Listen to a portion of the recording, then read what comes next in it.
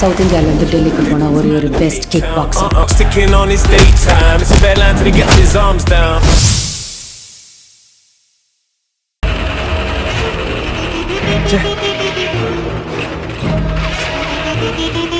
மாமா இங்கதான் இருக்கீங்களா?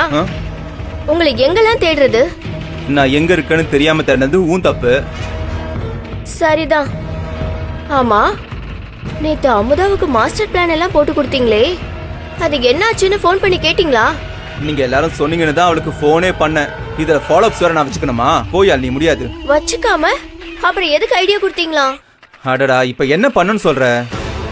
ஃபோன் பண்ணி நீங்க போட்ட பிளான் ஒர்க் அவுட் ஆச்சா இல்லையான்னு கேளுங்க மாமா. கேக்குறேன். உங்களை ஹேய், போனை கொடு. நீங்க அமுதாக்கு ஃபோன் பண்றேன்னு சொல்லுங்க, நான் கொடுக்கறேன்.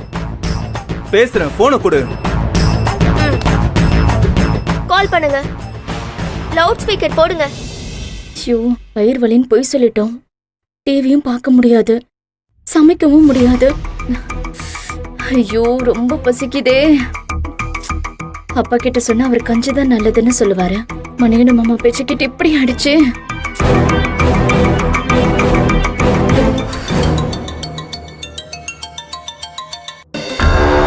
ஹலோ மாமா.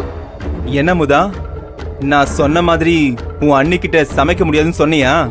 சொன்ன மாமா. என்ன சொன்னா? நீ ரெஸ்ட் எடு, வேலை பண்ணாத, நான் பண்றேன்னு சொன்னாளா? சொன்னாங்க மாமா.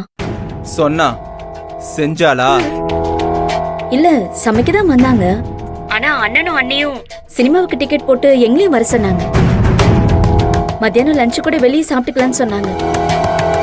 நான் தான் நீங்க சொன்ன மாதிரி சமைக்க முடியாது, வயிறு வலின்னு சொல்லிட்டேன். வயிறு வலினதும் டிக்கெட்டை கேன்சல் பண்ணி உன் கூடவே இருந்திருக்கணும்ல. இருந்திருக்கவே மாட்டாளே. அண்ணி இருக்குன்னு தான் சொன்னாங்க, அண்ணன் தான் கூப்பிட்டு போயிடுச்சு. நான் சொன்னல, புனிதாவுக்கு காலை முழுக்க அவ நினைச்சது செய்யற அடிமைங்க தான் தேவையை தவிர அவளுக்கு சமமா யாரையும் வரவிட மாட்டான். அமுதா, உன் அண்ணனை அவன் நினைக்கிறத செய்யற அடிமை மாதிரி தான் நடத்துவா. இப்பதானே சொல்லிருக்கீங்க, இனிமே அண்ணி என்ன கவனிக்கிறேன் மாமா. கவனிச்சா உனக்கு நல்லது. தேங்க்ஸ் மாமா. நான் கூட உங்களை செடுமுஞ்சுன்னு தான் நினைச்சேன். என்னை எல்லாரும் தப்பாதான் நினைப்பாங்க. அப்படி நினைக்க வச்சிருக்கிறது தான் புனிதாவோட சக்சஸே. நான் இப்போ அப்படி நினைக்கல மாமா. நானா வந்து உன்கிட்ட பேசலனா நீ என்ன அப்படிதான் நினைச்சிருப்ப. ஆமா, உங்க வீட்டுல சரவண மாமாவை தவிர வேற யாரையுமே எனக்கு பிடிக்காது. இப்போ அப்படி இல்ல, நீங்களும் நல்லவர்னு புரிஞ்சுக்கிட்டேன். புரிஞ்சுக்கிட்டா சரி. ஆமா, வயிறு வலி சமைக்க மாட்டேன்னு சொல்லிட்ட, மதியம் சாப்பிட என்ன பண்ணுவ? அதை ஏன் மாமா கேக்குறீங்க? அப்பா கஞ்சி வைக்கிறேன்னு சொல்லிருக்காரு.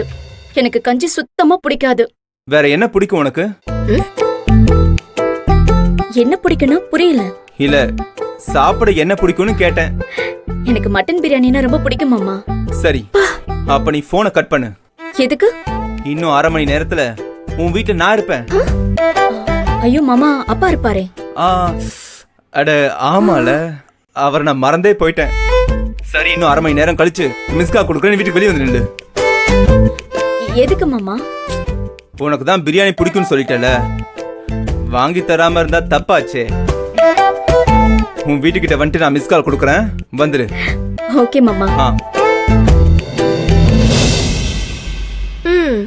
என்ன மாமா, மொத்தமா அந்த அமுதாவை கைக்குள்ள போட்டுருவீங்க போல இருக்கே. நான் கேட்டு எனக்காவது பிரியாணி வாங்கி கொடுத்துருக்கீங்களா? இன்னைக்கு அவ கேட்காமலே பிரியாணி. ரொம்ப ஓவரா போறீங்க.